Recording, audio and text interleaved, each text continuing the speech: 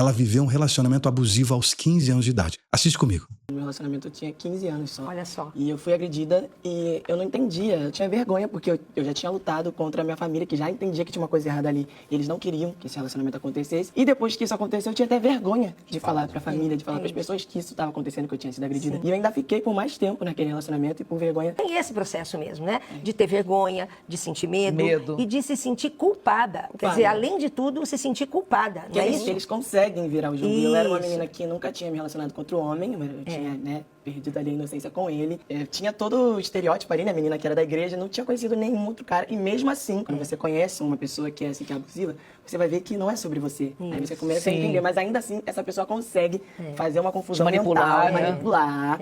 E eu ficava, mas será mesmo que eu olhei demais pro lado de lá, que às vezes ele falava, você olhou pra aquele cara e eu ficava assim, meu Deus, mas eu não fiz nada. E eu sempre falo isso, porque eu já passei, infelizmente, por mais de um relacionamento, eu já passei também por outro depois desse.